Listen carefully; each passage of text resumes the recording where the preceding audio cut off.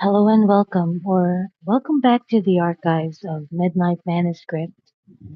I've been expecting you for some reason, and for today's theme, as I'm still working on the new video, is all about these two urban legends, which I believe have been mistaken for either one. As you can see on the title, this is regarding La Siguanaba and La Llorona. Now this will be an intense battle between each of these legends, and you better stick around to know what's in store. Also, I'll be sending all the raw HD versions of all the seven urban legends I'm drawing right now, and to the first 10 who will complete the quest or answer my question at the end of the stream. This stream will just run until I finish my sketches for the last two urban legends left, which is the Mamlambo. As you can see here, this is the pin that I've got from Pinterest, and the Moss People, which is going to be this one. That's not the Moss People, that's just a reference that I have. So why not let's start on about La Siguanaba and La Llorona's differences. So first off, they have very different nicknames that was given to them. La Siguanaba was given the name Deceiver of Men, while La Llorona was said to be the Weeping Woman. They also come from very different places of the world, which I'm not sure why some people that I ask sometimes confuse which one is which.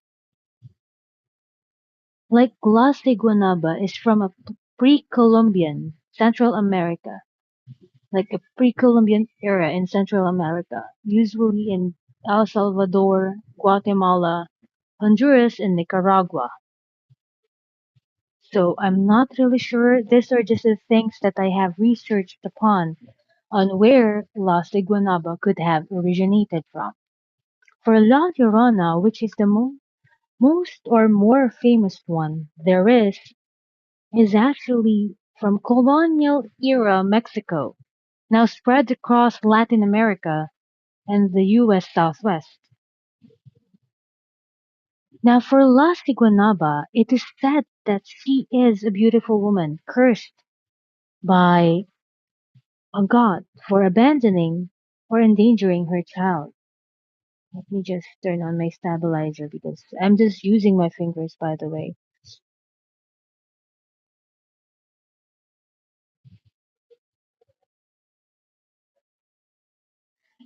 So it's almost the same, but not really because she was cursed because of what she did. Now, La Llorona is a mom named Maria. I'm so sorry for if you can hear the motorcycles in the background. But yeah, so La Llorona is a mom named Maria who drowns her kids in despair or rage, then herself. So, which is two very different,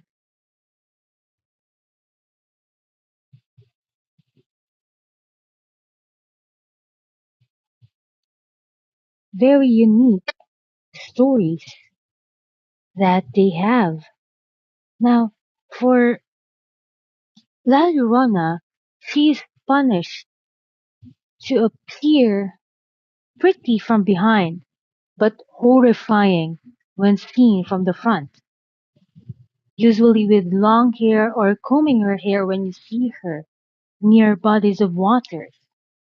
Now, when she turns around, her face suddenly turns into a horse's skull or a rotted corpse, sometimes even a faceless void. For La Llorona, she is doomed to wander the earth in eternal sorrow, searching for her lost kids. Like, why are you searching for them? I'm sorry.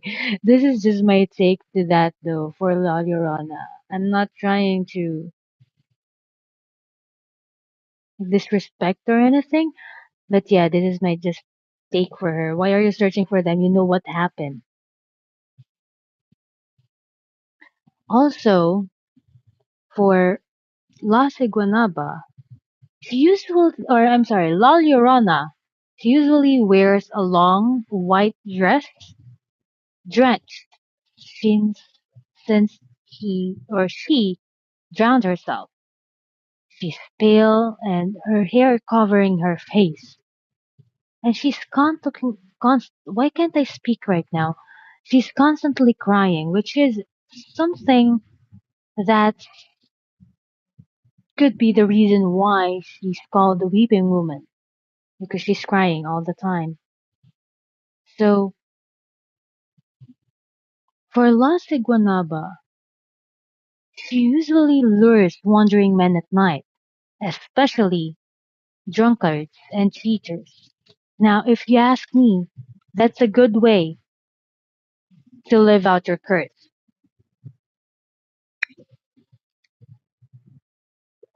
She's doing a good deed to all women out there.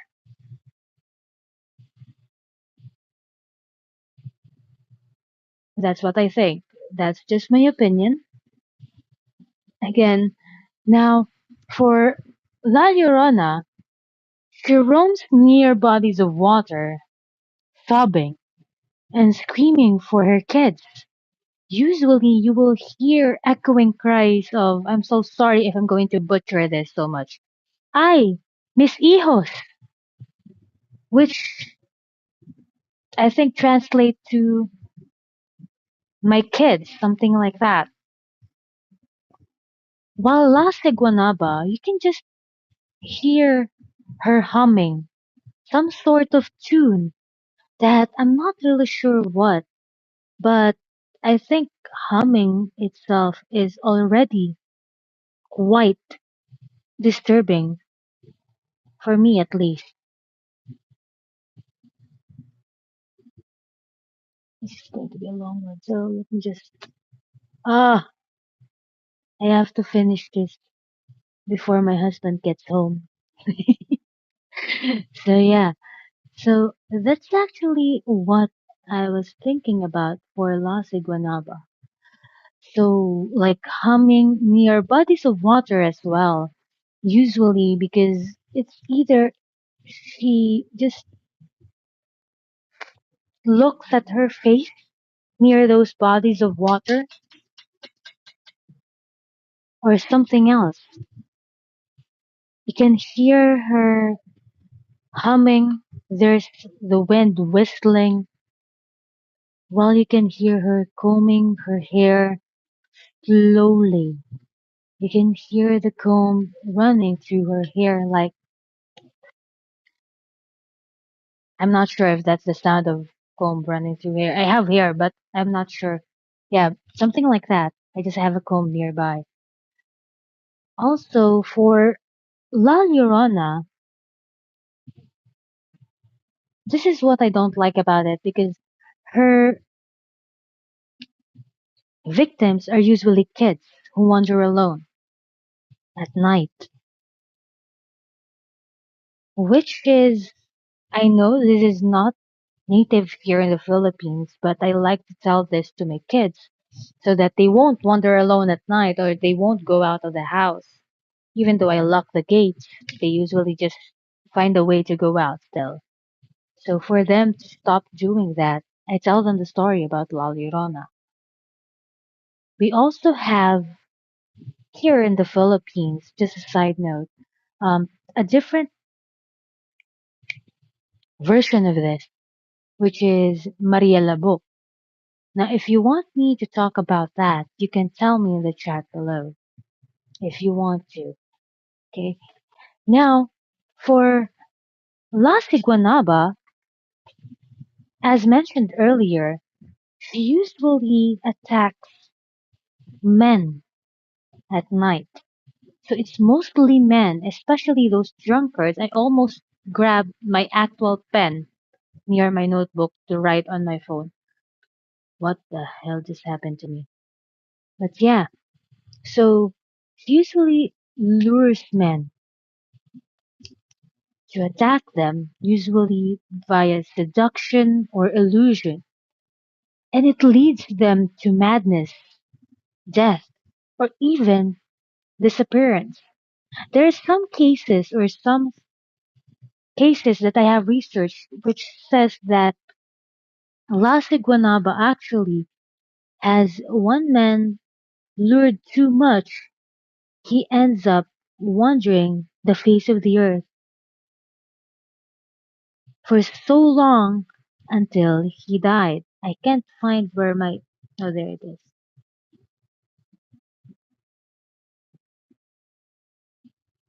Should I make it thicker like that? I think I should make it thicker. Now before I was making this, by the way, I already made uh this into a video. But right now I just want to like refine and show the improvement that I've got. Or if I did improve at least with my drawing capabilities, which I am still trying to improve. I bought like a pen from Temu, but it did not last long enough for my kids to find them and try to take it apart. For some unknown reasons, without any tools, they can take things apart.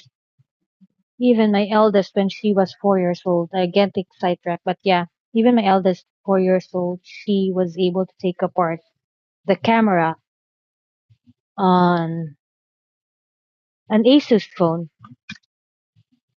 and just using her hands. So yeah. Anyways,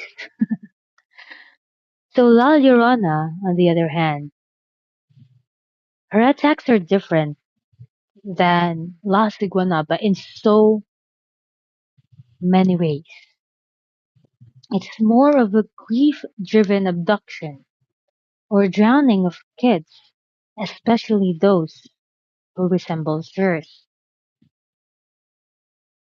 So if you're going to do my trick, if you do have a kid or you don't want them wandering alone at night, they'll come home right away.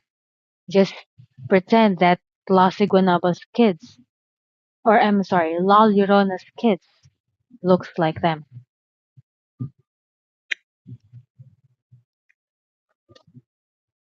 So these two women are like warnings disguised as them, like women.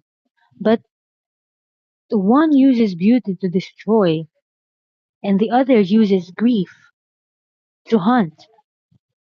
For La Siguanaba, she terrifies with illusion, shape-shifting abilities, and such.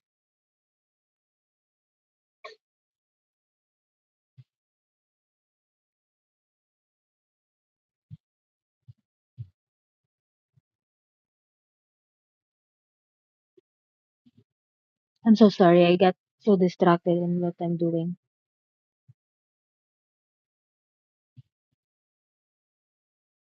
So it goes here like that. No, it goes like that, okay? Then comes back here,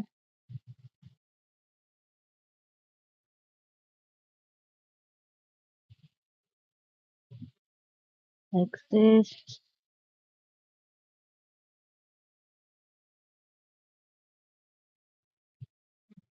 I am confusion. I am confusion. Oh, this one.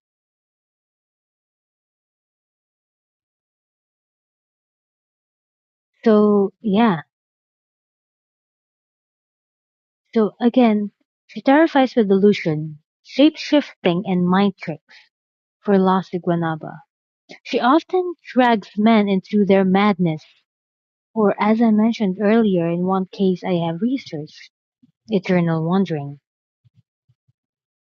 Now, for La Llorona, She strikes emotional fear, especially for parents and kids, with her mournful cries and tragic backstory, which is really tragic in my opinion. Is really something that I don't want to wish even to my worst enemies, which I don't know if I have. I think I do. I'm not sure, but yeah, it's something that really going to bother me for so long with this too, is that how are they not being differentiated enough?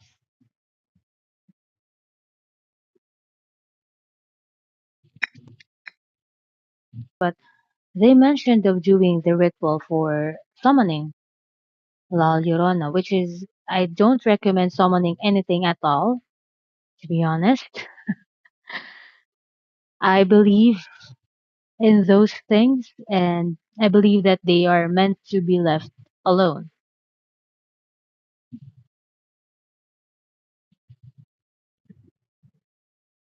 Supposed to be like this here.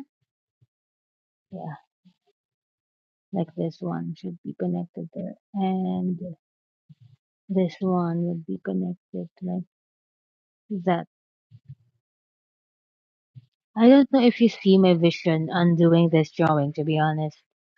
So, yeah, that's actually, those are the things. Now, if you want me to talk about Maria Labo, I'm going to give you a quick detail about her. As I know, she's actually not sure in which part of the Philippines, if it's Luzon, Visayas, or Mindanao, that she originated from. But Maria Labo is something that I have feared for most of my life. It was not used against me by my mom growing up, but I got scared nonetheless, which is telling something already. I got really scared of her to the fact that I, what do you call this? I despise hearing the name. Up until now, I don't like saying the name itself. It's like she who must not be named.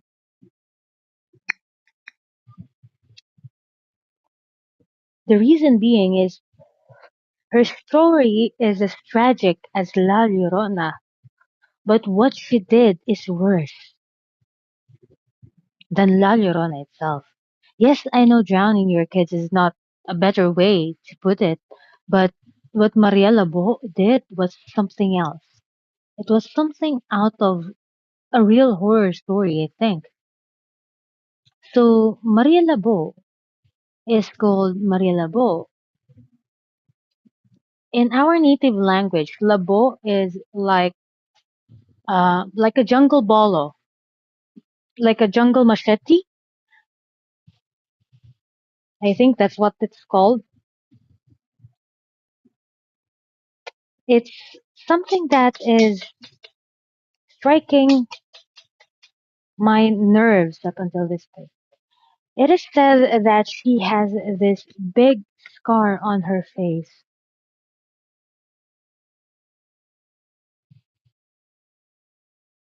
that resembled like she was struck by something.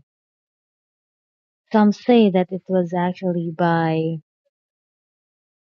that, the jungle machete or the machete itself. I'm not sure what it's called in English, but yeah, that's actually what people from my native language or my mom's native language is calling it. Not sure where to start. This is the eyes, right? Or this is the nose.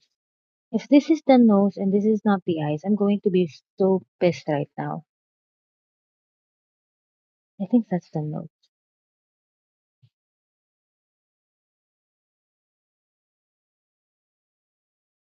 Yes, I'm pissed right now.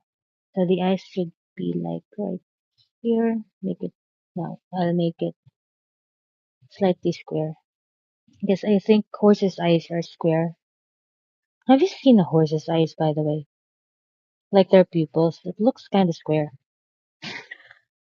I got sidetracked again. So yeah, so Maria Labo is someone that I mentioned earlier. I feared most of my life, and the reason being is because that not because of what she does right now, like hunting kids and hunting men, but actually because of what she did before it all happened. So with Maria Labo, it's something that I can't even come to my senses to say it. But yeah, so what happened is that her husband her husband leaves her for a younger girl, a younger woman. And of course, anyone in their right mind will get pissed because of this.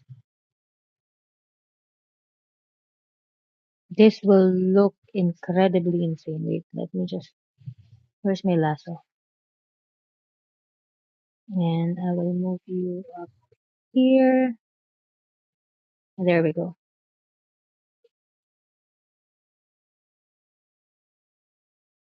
I'm going to change everything. Now that I made this. Why did I make this? Okay.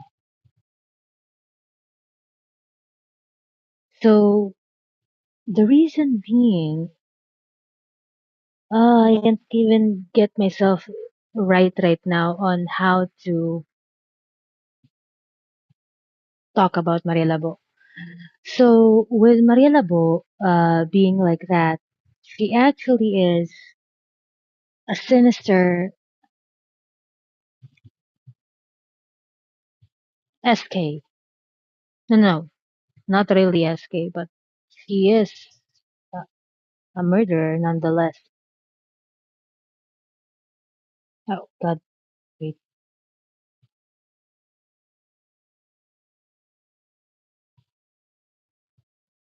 it's supposed to be right here.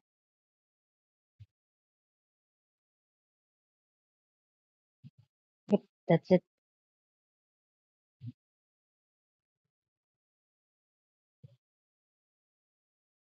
So what happened is, as I mentioned, her husband cheated on her.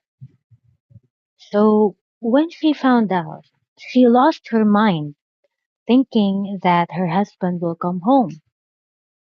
But they live on this what you call Nipa hut.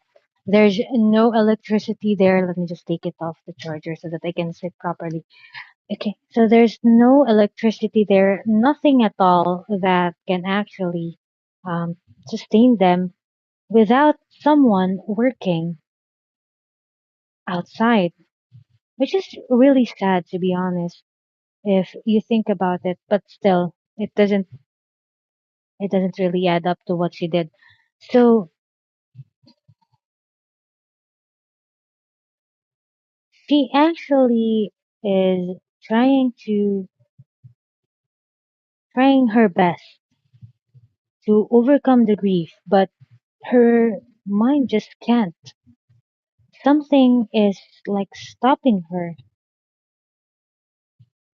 from doing it, which is really sad as well. Her mind just can't get a grasp on what's happening. Like her kids need her. She has two kids, by the way. I think it was two, as per rumors here.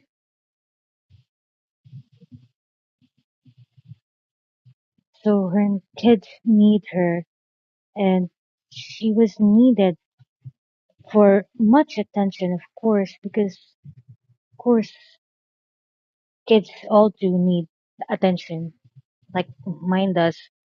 They need attention all the time. I don't complain. It is what it is. So her kids was asking for food, but since Maria Labo doesn't have anything at all, she doesn't know how to come up with anything, like anything at all to keep them from whining all day, asking for food. Of course, those are kids. You can't just tell them to, like, no, we don't have food at home. Yeah, you just have to starve. You can never do that. I can never do that. If I can, God knows. Okay, so that's actually what our kids were trying to ask. They were just asking for food. God, I'm about to cry. No. So yeah, so when Maria Labo had enough of her kids whining over and over again about being so hungry, she took the machete. I'm so sorry, this will be going graphic so fast. So I have to stop for a minute. It's going to get graphic, so if you don't like that, just skip over me or whatever. I don't care. So, yeah, she took the machete and stabbed her kids until they were like, they're, oh gosh, ooh, their flesh is almost out of their bones.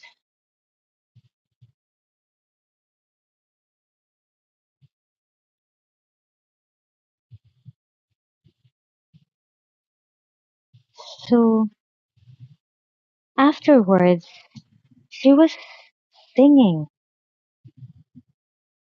This is the effed up part here. She was singing while she was dismembering them. Afterwards, she cooked them into a meal which is supposedly our national dish. Now, I can't look at it the same. So, yeah, she cooked it into a meal which is. I think I fucked up, but yeah, whatever. Oh god, I fucked up.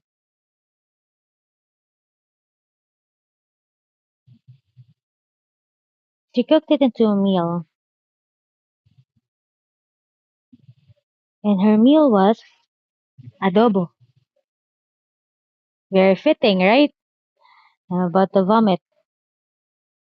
I just cooked adobo today, and it was egg because we don't have money for chicken. So she cooked her kids up to adobo. Then she asked, since she said to her neighbor actually went by and tells her, "Wow, that smells amazing. It seems like you're cooking a lot," because she has this really big wok thingy. It was a really big one, which is what we call kawa here in the Philippines. It was a really big one. I can't really say the shenanigans she did. It's not just shenanigans. God, forgive her. Ah, forgive her sins, please, God. Okay, I'm not sure if God can forgive her what she did. So afterwards, she actually offers some to the neighbors because she said she made a really large batch and it was just for her family because her husband is about to go home that day. Oh God, I can't. So that's actually what she did. She serves up some of that incredible adobo, oh gosh, to her neighbor, which was unsuspecting at the time, and was already eating it with rice when she realized something. Those were not chicken or pork, none at all. It was something else. And then the thing is, one of Maria Labo's son, I think it was said, I'm not sure if it was a telephone game already, but yeah, it was said that one of Marilabo's son has like a birthmark on uh, one part of his body. I'm not really sure where. Then when one of the neighbors actually scooped up the part of the meat that has the skin on it, it has that birthmark. It was a very distinct birthmark because it was oddly shaped that everyone actually like teases the son about it because it was oddly shaped. I'm not sure what it's shaped like. Let's say it's just shaped like Cheetos and it was called Cheetos from then on. Then what happened was, of course, the neighbor saw this and freaked out. Now, at that time, Maria Labo already has that scar on her face, which made her more uncanny than ever. Not really sure what words to use anymore. But yeah, it made her more uncanny looking, and it was something. Maybe go to sleep, please. Thank you. My kid just woke up.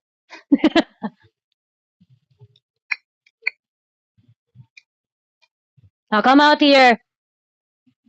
Come out here for a second. Come on. Come here. What's happening? Winter. Wait.